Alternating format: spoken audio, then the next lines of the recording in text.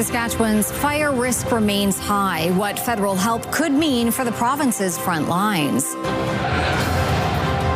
Construction season in Saskatoon. Why the city says it's shaping up to be the busiest on record. And a Saskatoon school celebrates a major milestone. This is CTV News with Chantel Saunders. Good evening. We begin tonight on the wildfire front. Federal officials say this year's wildfire season got off to a slower start than in 2025, but the risk remains high, with most of our province now under high to extreme fire danger. And as Stacey Hine tells us, with current conditions, concerns are growing for some Saskatchewan communities. This is the Lobstick Fire. The RM of Duck Lake Reeve says the fire started Tuesday afternoon in the provincial forest north of the community and quickly spread. It's amazing how quickly things change. May long weekend, we had 1.5 inches of moisture, a mixture of rain and snow. And 7 days later, we've got wildfires burning in the RM now. He says 6 homes are threatened by the fire, with some families evacuated and others on standby. With the current conditions and thunderstorm risks, he says he's concerned more fires could also start. For the northern community of Beauval, it's a reminder of last year's wildfire season. We got our first smell of smoke last night, which originated from Prince Albert Duck Lake. So that put our hairs in the back of our head standing up again. The mayor says preparing for another wildfire season and equipping local firefighters has been a challenge. This is the burnt out section that came in last summer, so the threat is real, but preparing ourselves and equipping ourselves is, I guess, the challenge right now. The concerns come as most of Saskatchewan is currently under high to extreme fire danger. The federal emergency management minister says above normal temperatures are forecasted across much of the country over the next 3 months and is urging the public to be prepared. We know that situation can change rapidly, and that's why preparedness matters in every jurisdiction and in every community. The federal government says it's prepared for the wildfire season, adding it at least 10 new aircraft to help with firefighting efforts. In Saskatchewan, several fire bans are in effect, and as of 4:30 Thursday afternoon, there are 5 active wildfires. 2 of them are not contained. Stacey Hine, CTV News, Saskatoon.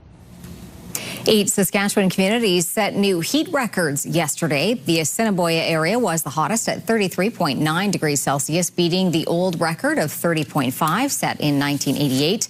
The Elbow area was right behind Assiniboia at 33.7. Lucky Lake saw just over 33 degrees, while Watrous saw a new record of 32.3. 9 communities set records on Tuesday. Saskatoon's Prairie Lily will remain docked for at least the next week or so. The new owners say the Water Security Agency reduced the water release from the Gardner Dam dramatically last Friday, which resulted in the river levels rapidly dropping, creating unsafe conditions to sail. They say low water levels are leaving sandbars exposed. The low water levels are expected to remain that way until at least early June.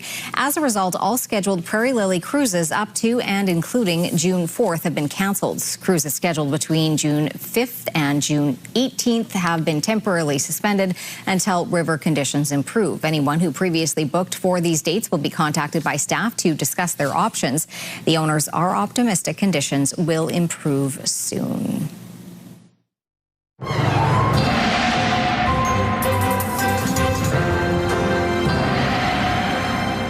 We'll have another hot one today, but some areas of the city saw an early morning shower. I know. I certainly heard from someone, one of our intrepid viewers sent us a note to say that, yes, over on the far west side out in the Bright neighborhood, there was a lot of rain there. But the situation in other parts of cities, not so much going on. No, so this can happen with these kind of sort of short-term and pop-up storms, and that's what happens this time of year.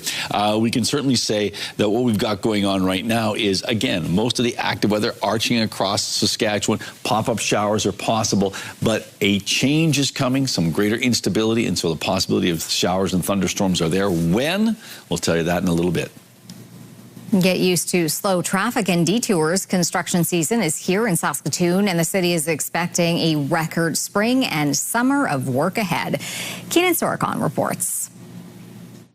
This is going to be one of the busiest construction seasons, if not the busiest construction season we've ever had in the city on record. Get ready for a construction season unlike any other in Saskatoon. A number of factors are colliding this summer to make scenes like this commonplace all summer long. The season is very short, and so it needs to be done. We have construction season and non-construction season, so yeah, it's frustrating. It's better that they fix it than leave it. Those holes, you lose your car, it's gone. On the north end of the city, a biosolids project replacing sewer pipes running from the wastewater treatment plant to Wanuskewin Heritage Park has slowed traffic. The University Bridge is still closed for another few weeks. Dedicated bus lanes being built for Link on College Drive and dozens more transit platforms being built across the city are also slowing traffic. There are some more major projects this year that are definitely adding to our typical construction program, but we are also seeing some large water and sewer projects as well in some of the neighborhoods that can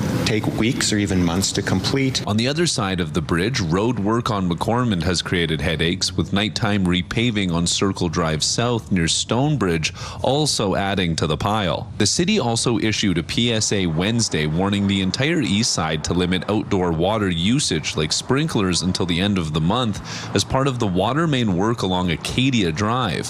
The city says limited water usage is essential to keeping water pressure steady. I think we're seeing some of the more major corridors impacted earlier in the construction season, maybe more concentrated than we've seen in some of the past years. Making this year busier than ever, aside from the generational projects, is the weather. Schmidt says the freeze-thaw cycles didn't just double the number of potholes across the city, it delayed the construction season by about 2 weeks. With that 2-week delay, they were very anxious to get going, so I think we probably saw more projects starting up at the same time. Keenan Sorakan, CTV News, Saskatoon.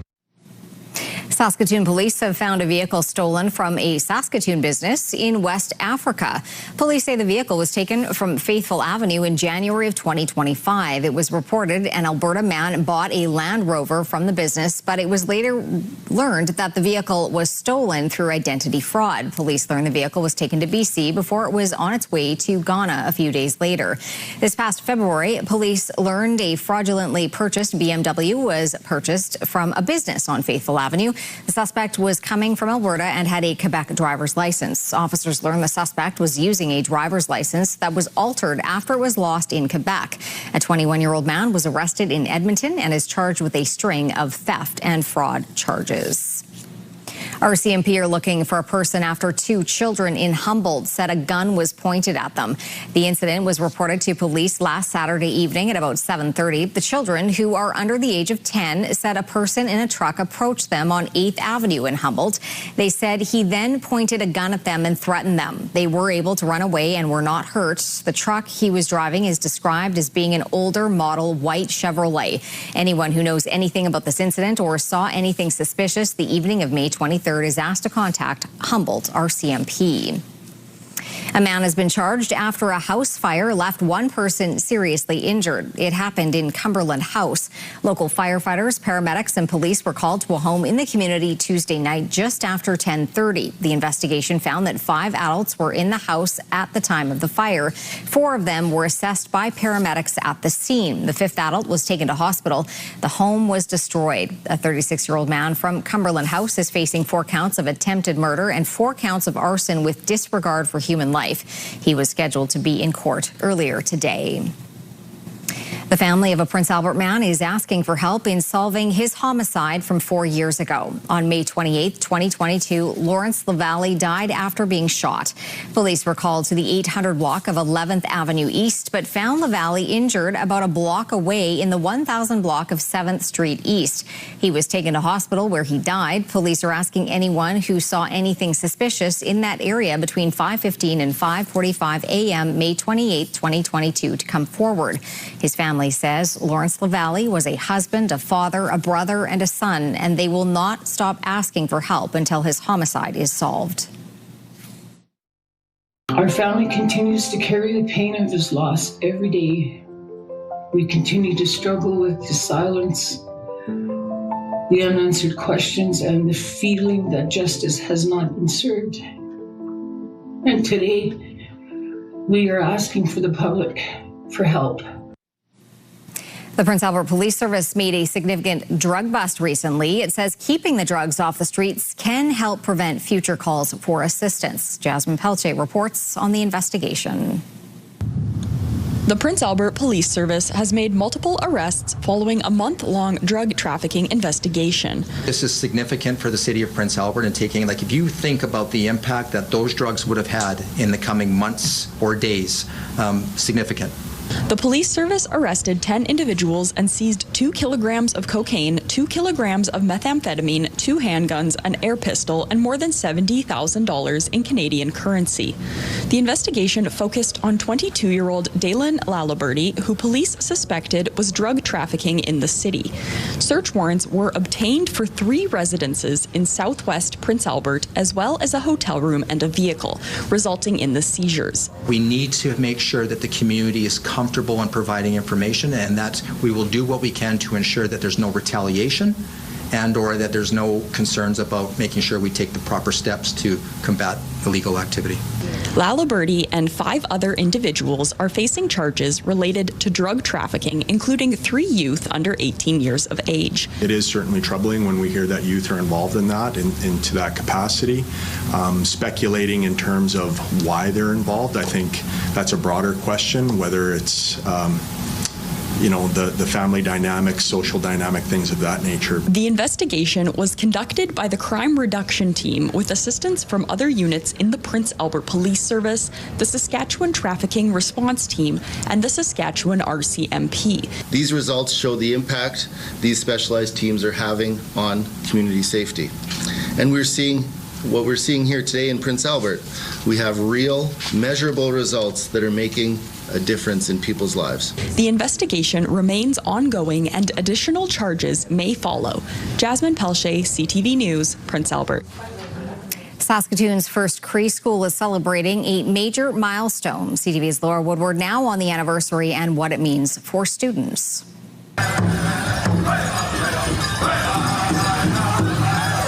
Students and staff of Wildfire School host a powwow to celebrate a milestone. The school is marking its 50th anniversary and 20 years of its Cree language and culture program. We are all connected. The school's principal says the celebration is a powerful reminder of how far Indigenous language and culture have come in the classroom. There was a time in our history where you wouldn't be allowed to have a powwow at a school. And so this is very exciting. 12-year-old Sakita Wynn says dancing helps her connect with her culture. It brings me through my relationship with my family and my culture. Makes me feel very connected. Dancers, drum groups, and students from across the city took part in the celebration. Embracing the school's name, Wakotawin, a Cree word that refers to kinship and being related to one another. It makes me really proud. It actually brought tears to my eyes because this is the first annual look around. It's so beautiful, so many people. The kids are happy, they're proud. Laura Woodward, CTV News, Saskatoon.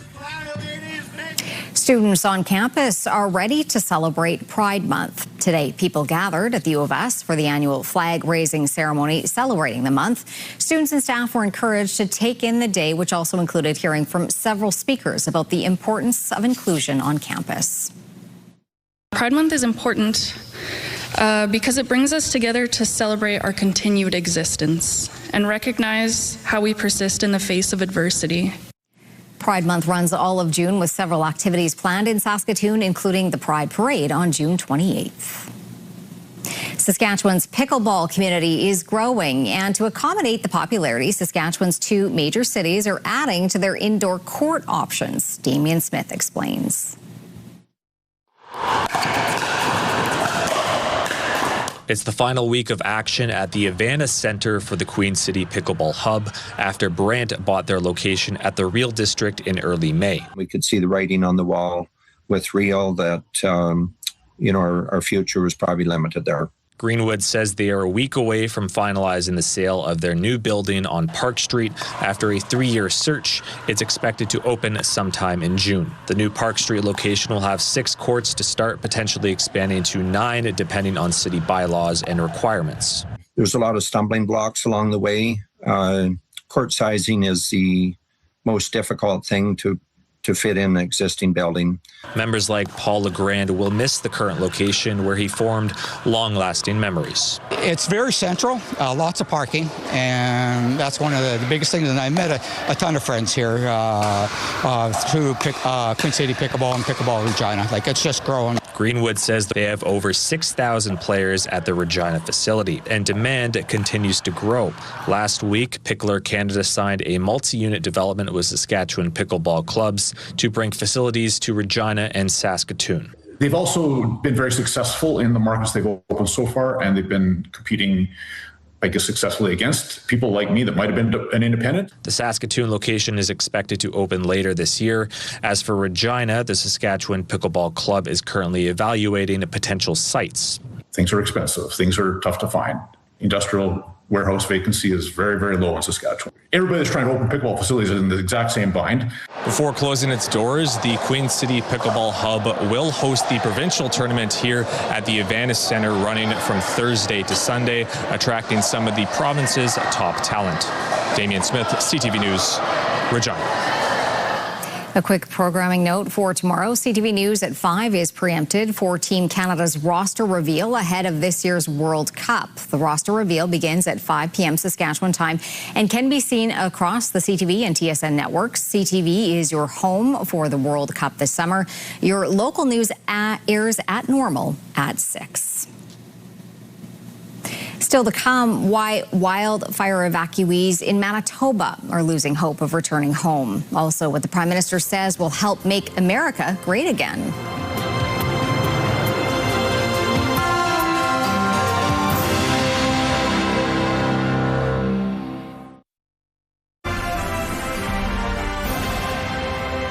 You're watching CTV News live from downtown Saskatoon. Thanks for staying with us. The people of Thompson, Manitoba opened their arms after the worst wildfire season in the province's history last year. Among those who sought refuge were residents of Leaf Rapids, about 3 hours away. Now, 10 months later, many are facing the prospect they may never return. CTV's Alex Karpa reports. It's very hard to live in here because there's so many of us in here. Rose Moose Biggity and her family have been living in an apartment in Thompson for over 8 months. She was forced out of her home in Leaf Rapids after the devastating wildfires last summer. This is what Biggity's home looked like when she returned to Leaf Rapids last September. A caved roof, water damage, mold, and crumbling infrastructure are all that remain. It was hard. I couldn't believe it that I didn't expect to go home to that. Thompson is over 200 kilometers southwest from her home in Leaf Rapids, and now because of limited resources and uncertainty in the community, she doesn't know if returning home will ever be possible. My son and my grandchildren still live in Leaf Rapids, and my nieces and my nephews. I still have family in Leaf Rapids. Evacuees like Biggity from Leaf Rapids remain in Thompson, not knowing if or when they'll ever be able to return home. But some say wildfires weren't the only reason for not returning to the community. Elizabeth Charrier didn't return to Leaf Rapids after the evacuation. She got a job in Brandon and moved her family there. She says leaving home was never what she wanted, but after struggling to access healthcare and basic resources, she felt she had no other option. When I left Leaf Rapids, that was my feeling of defeat. Like, I felt like it didn't matter how much I would say these things, how much you advocate, no one's listening. Leaf Rapids has struggled for years following the closure of its mine in the early 2000s. Businesses shut down, healthcare services declined, and now residents are facing another blow, the planned closure of the town's only grocery store. When it comes to food, people have a right to good nutritious food at a good price. The province says it is working to support the residents in Leaf Rapids, but Biggity feels her community is being ignored. I don't even know why the government is trying to shut Leaf Rapids down. Hoping one day she'll be able to return to the community she still calls home. Alex Karpa, CTV News, Thompson, Manitoba. Prime Minister Mark Carney used President Donald Trump's own words in addressing elite business leaders in New York today, saying a strong Canada will help make America great again. His speech touted Canada's plans for economic growth while still inviting investment from our closest neighbor. Graham Richardson is in New York with more. In the heart of the world's financial capital, Prime Minister Mark Carney delivered his message of change in Canada. This is the Economic Club of New York, where presidents and prime ministers have come to speak for more than 100 years. Carney never mentioned President Donald Trump by name, but he didn't have to. Canada Strong will help make America great again. Whether it's LNG announcements, potential new pipelines, or boosting defense spending, Carney told the home of big American money the story of a different Canada under his leadership.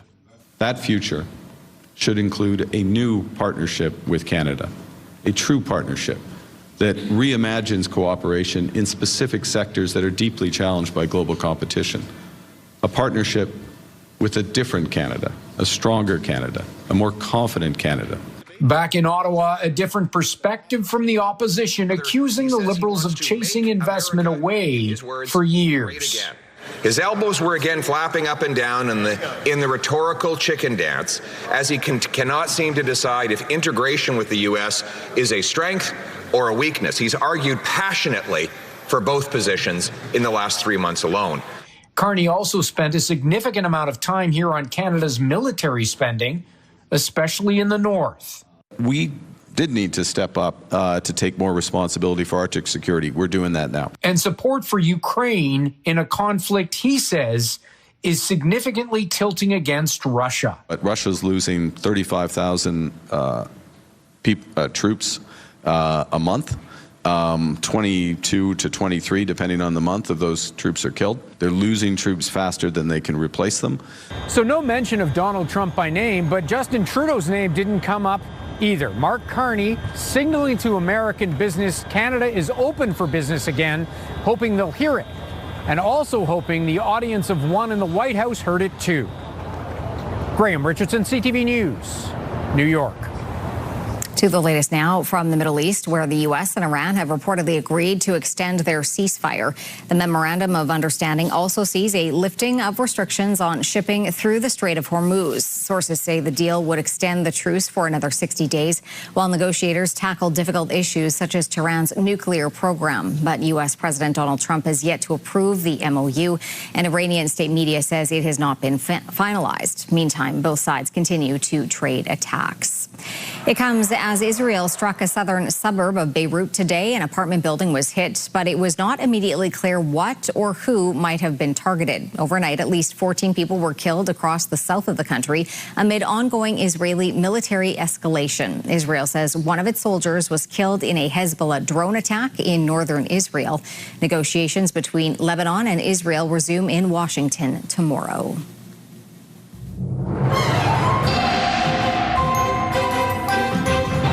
We are excited to welcome you to Pure Energy Dance Company's 50th anniversary dance recital. We have two shows, one on May 30th at 6:30 p.m. and one on May 31st at 1:30 p.m. You can get tickets at the TCU box office or tcutickets.ca. Come and celebrate with us. What's the weather going to be like, Jeff? Nice work. Yes. And Miss Donna, 50 years, what an amazing milestone. So, yes, a big celebration celebrating 50 years of Pure Energy Dance Company. And it looks like we're going to have some pretty nice temperatures. 27 degrees, mainly cloudy skies on Saturday. That's the first show, 6:30 at TCU Place. And you get your tickets by going online to get that. So have a wonderful show. Both shows, as I say, they are happening on Saturday and on Sunday. 34 degrees right now in Saskatoon, 35 in Prince Albert. But look at that. Yeah, it happens. Thunderstorm activity in the Battlefords right now. Not much of a wind, but certainly it's hot and it is stormy right now. We'll have to wait and see if that extends beyond the Battlefords or just might be very localized, mostly, I suspect the latter. Saskatoon broke a record today, 34.7 degrees for our high today. That beats the old record from 1936, which was 33.9. Typically, we should be around 20 degrees. We're not even going to drop down. We didn't even drop down to seasonal daytime temperatures last night. It was 21 overnight. Sun came up just before 5 in the morning, and it's going to go down at 9:13. Coming up, getting creative to find companionship. Why an Alberta man is turning to a different kind of screen to seek love.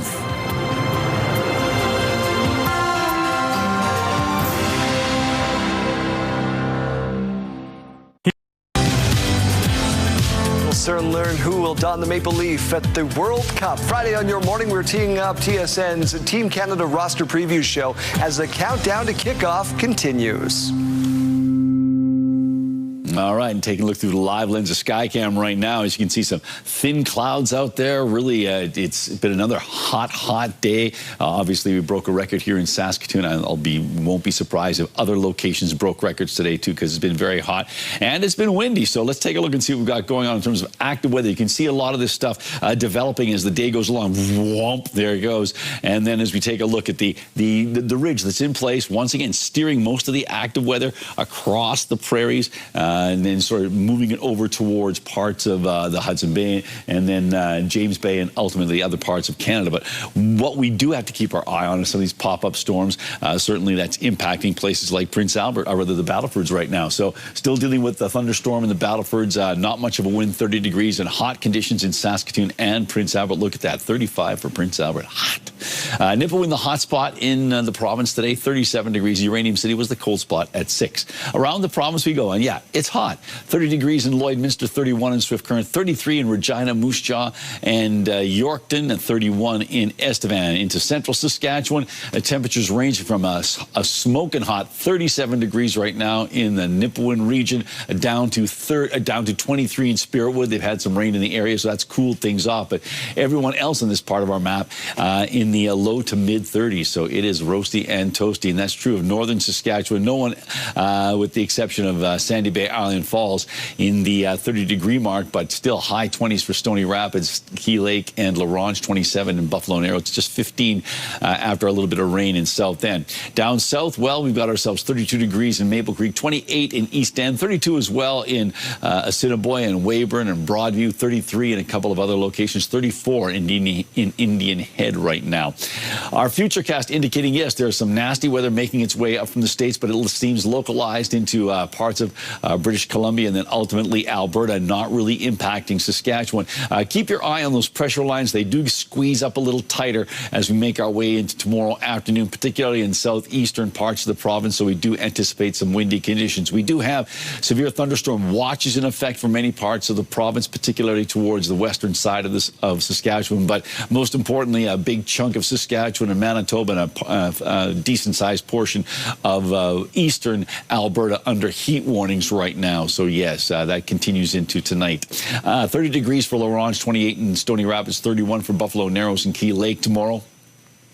Temperatures around 32 degrees. That looks pretty consistent, along with mainly cloudy skies for west central Saskatchewan. A similar temperature pattern for the southwest, but different sky conditions. A chance of showers in Maple Creek, about a 30% chance. A better chance of showers and a risk of a thunderstorm for Swift Current. Mainly cloudy in Leader and Outlook. Mainly sunny conditions throughout much of southeastern Saskatchewan, but wind will be the big deal for Yorkton, Regina, and Estevan. And as you can see, temperatures in the high 20s, low 30s for that part of Saskatchewan. And temperatures of around 22 or 23 for east central Saskatchewan. Mainly cloudy in Melfort and Hudson Bay, mainly cloudy in Watrous and Humboldt, but wind will be a big deal. Wind gusts up around 60 kilometers an hour. Partly cloudy skies for the Battlefords with a risk of a thunderstorm. 18 degrees, 31 tomorrow, and still going to be darn windy. 27 on Saturday. Well, in fact, look at these unsettled conditions right through to next Wednesday, and a pretty good chance of rain and a risk of a thunderstorm on Saturday, Sunday, and Monday for the Battlefords. For Prince Albert, clearing skies tonight. Might be some lingering local smoke because of wildfires in the area. 29 degrees on Saturday, 28 on Sunday, but starting off your work week with a chance of showers and a risk of a thunderstorm. And Saskatoon's overnight temperature expected to be 20 degrees, so another warm night. Windy overnight and staying windy into tomorrow. Mainly cloudy skies, 33 degrees. And the 7-day outlook, well, we've got ourselves a decent Saturday in store with a high of 27, but things are cooling off and they're becoming a bit unstable as we roll into next week.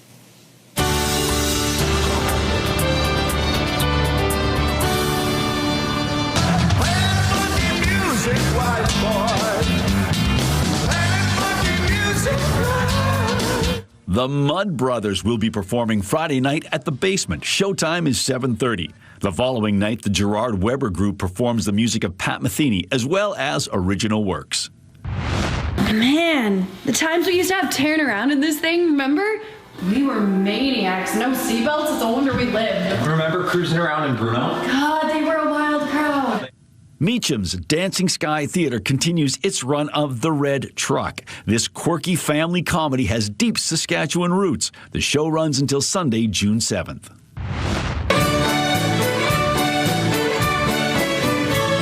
Legends and Lore, the Saskatoon Fiddle Orchestra's 22nd annual spring concert, is set for Saturday evening at the Broadway Theatre. Along with the music, there will be dancing and storytelling. The curtain goes up at 7:30.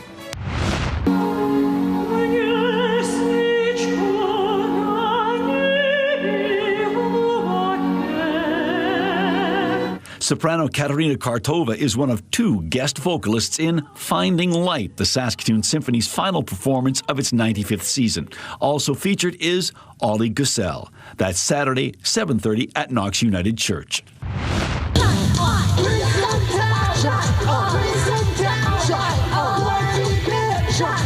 Some theaters, The Color of the Town continues to buzz from park to park in Saskatoon until Sunday before heading to Prince Albert and La Ronge for a few dates. For performance locations, please visit the Some Theatre website.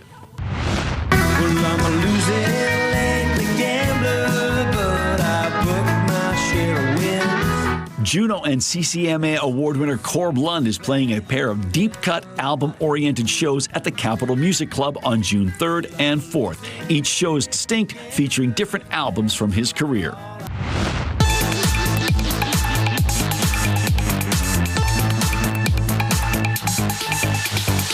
The Dark Bridges Film Festival returns to the Broadway Theatre on June 5th, 6th, and 7th. Along with the spooky movies, there's also the popular Saturday morning cartoon party. All you can eat cereal. Sounds like fun, actually. It is, yeah. All right, time for Pick of the Day. A lot of fun? I think so. This is a fun if you're a duck, because these sloughs are filling up, and this is no exception. This is from Jay, and Jay calls this a lovely acreage view. And yes, things are turning up nice and green. So thank you, Jay, for that. Next one comes to us from Charlotte. Charlotte writes, 2 adorable baby fox posing for a picture at Sled Lake. What a couple of cuties. And finally from Catherine, hi, Jeff and all. This is a photo of my dog Bridget taken on Waskatina Lake, beach rather, at Candle Lake on Wednesday, May 27th. So in other words, yesterday. Although we are under heat warnings, there is still snow along the trees. Crazy Saskatchewan weather. Another note of interest, Bridget turned 16 on Monday. Well, Bridget is looking just great. Sweet little 16. So thank you, Catherine, for showing us that snow up at Candle Lake. And if you'd like to send us some images, you can do so by sending it to cfqcnews@ctv.ca, or you can scan the QR code on the screen, and that will help get your images to us. Still to come on CTV News, looking for love. The Alberta man doing a digital dive to find his person.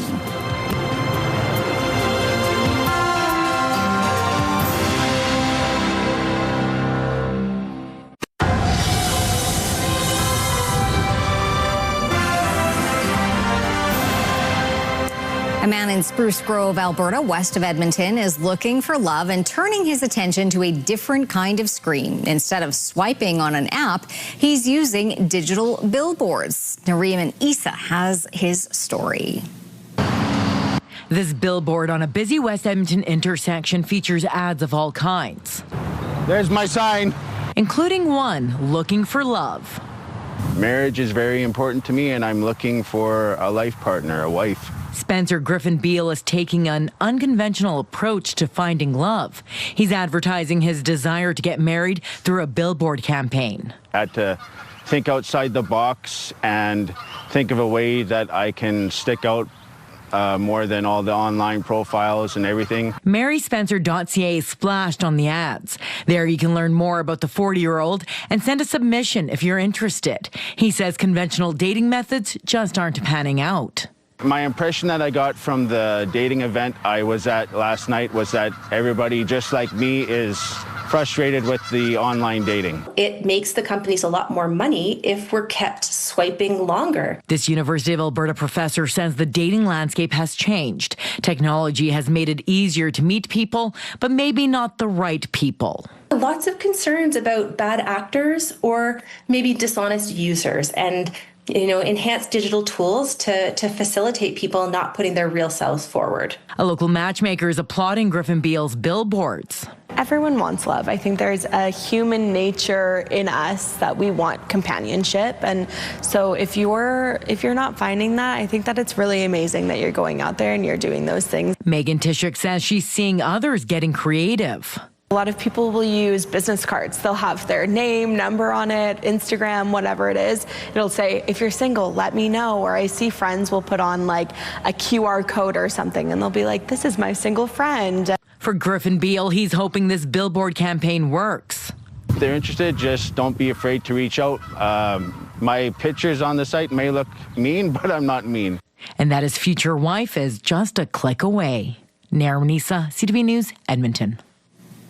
When we come back, changes coming to how fans will be able to watch the CFL next year, and later celebrating the contributions of Saskatchewan youth.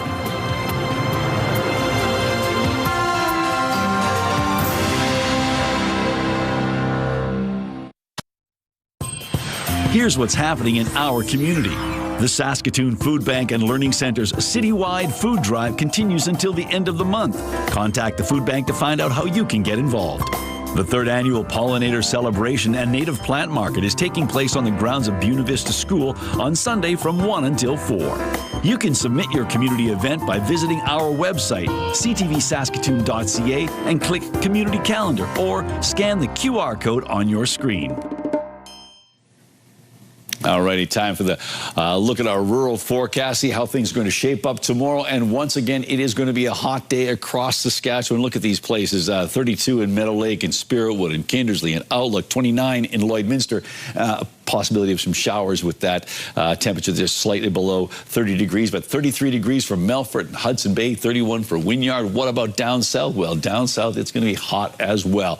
And windy conditions, as we mentioned earlier on, southern, southeastern parts of the province are likely going to be windier in other parts of the province, and down towards the southwest, the possibility of showers and thunderstorms are certainly in play. What about Buchanan? Well, Buchanan expecting mainly cloudy skies on Friday, 31 big degrees, but it's going to be windy again in the Buchanan area, so keep that in mind. And also keep in mind that Buchanan is where internet plans of up to 1 gig are available from SaskTel. The Saskatchewan Health Authority has approved its 2026-27 budget. The budget includes $5.5 billion in operating expenses, which is a 5.05% increase over the last budget. The SHA approved more than $596 million in capital projects, including equipment and facility improvements. The SHA says the commitments ensure healthcare workers have the capacity and the resources they need to deliver high-quality care across the province. The focus of this year's budget is expanding local care, including capacity building, improving access to surgery, and enhancing emergency response. Warm, dry conditions have allowed producers to make significant progress with seeding. 52% of the seeding is complete, but that is still behind the 5-year average of 74%. Pulse crops are the furthest along, with 77% of field peas planted, 76% of lentils. Flax is the least planted crop at 34%. Topsoil moisture is mostly considered adequate, but that should drop with the dry conditions. The Saskatoon Berries are getting ready to play ball as another season begins in the Western Canadian Baseball League. The Berries set a league record with 46 wins and just 9 losses last year, beating the previous record by 2 games. But in the East Division final, the Berries fell to the Regina Red Sox in 3 games. Despite the loss, head coach Joe Carnahan was named Coach of the Year. He signed a 3-year extension before the start of the season. The Berries start tonight at 7 in Weyburn against the Beavers. The home opener is Saturday at 4 in Saskatoon. The CFL has struck a new deal as TSN and CTV's broadcasting rights for the CFL ends after this season. The 6-year agreement will feature DAZN and YouTube as partners. Starting in 2027, TSN and CTV will show 60 regular season games, 6 playoff games, and the Grey Cup. DAZN, a streaming app, will have the exclusive rights to Saturday night regular season games and 2 playoff games. If you want to see those games, you have to order DAZN, which is at least $25 a month. YouTube will feature live content like preseason games, CFL Combine coverage, and behind-the-scenes content, including an all-access series. All games for this year are on CTV or TSN. The riders slowed things down at training camp today with a walkthrough instead of a regular practice, but decisions still need to be made. It's the worst part of the job, no doubt, but it's inevitable. It has to happen. But the main thing is we finish out camp strong tomorrow as a team. Let alone, there's going to have to be decisions made. We're just looking to finish out camp strong as a team, and then we'll go ahead and go through the process. On the defense, the Riders are looking to fill the holes left by A.J. Allen and C.J. Avery at linebacker, but May says there's tough decisions all over the field as the depth chart takes shape with just 1 day of camp remaining. It's going to have some weight. We're going to put some guys in some situations where they got to think, and that's part of the evaluation. You know what I mean? There's the physical component, but you could be a specimen and be limited because you don't know what you're doing. So you got to make sure, being a professional, you got to be accountable, you got to be reliable. So tomorrow's practice will be one of those. Final roster cuts must be submitted to the league by 11:59 Saturday night. Canada's biggest bank reported earnings today, beating expectations. Marilla Fernandez has those details. Royal Bank reported a profit of $5.5 billion for its latest quarter. That's a 26% improvement over last year. The bank's lending business was strong, and like other banks, it's benefiting from the rise of stock markets and trader activity. Royal says it will repurchase as many as 45 million shares, or about 3% of its common stock. Here are the closing numbers for the day. The Canadian dollar is down to 72.56. West Texas Intermediate up just a bit to 88.90.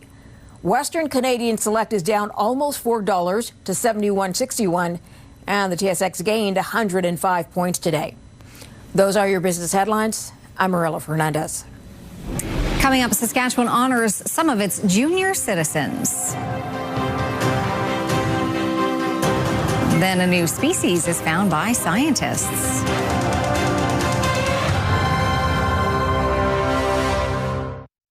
Select Hair Service is brought to you by Sage, the Beauty Bar. Get comfortable and settle in with these top shows all right here tonight on CTV. Well, 5 young Saskatchewan residents were recognized earlier today. Ellie Bartlett, Noah Capel, Kinley Hicks, and Katrianne Skopik were presented with a medal and a $3,000 bursary from Sask Power. Mirren Acorn received the STEM Award and a $3,000 bursary from the Crown Investments Corporation. It was all part of this year's Junior Citizen of the Year Awards presented by the Lieutenant Governor. To qualify for the award, recipients must be between the ages of 8 and 18, live in Saskatchewan, and inspire others in community and in school. This year is the 50th annual presentation of the Junior Citizen of the Year Awards. So congrats to all the winners. Absolutely. 50 years of that award. That's very impressive. It is. All right. Well, scientists have discovered a new species of the octopus. This little blue guy was first found 11 years ago in the Galapagos Islands using a remote-controlled submersible. From there, an octopus expert from Chicago used CT scans to see every aspect of it. And using that data, she confirmed it's a never-before-seen species. It's the first new octopus she has seen in 40 years of studying them. Just a week. But is there only one? Well, that they know of. Blue octopus all the way from Philadelphia. Okay. It's the new song here. Yeah, exactly. Blue Valentines. Tom Waits. Anyhow, moving on. Yes, moving on. We got ourselves 26 degrees tomorrow with cloudy skies. The winds back off a little bit tonight, but they pick up again early tomorrow morning, so get ready for that again. And temperatures in the mid-afternoon around 34 or 33 degrees, but by 5 o'clock around 32. So another warm and windy day tomorrow. Yeah, it takes a little bit of the edge off, I guess. Any surprise showers? Maybe I'll have one.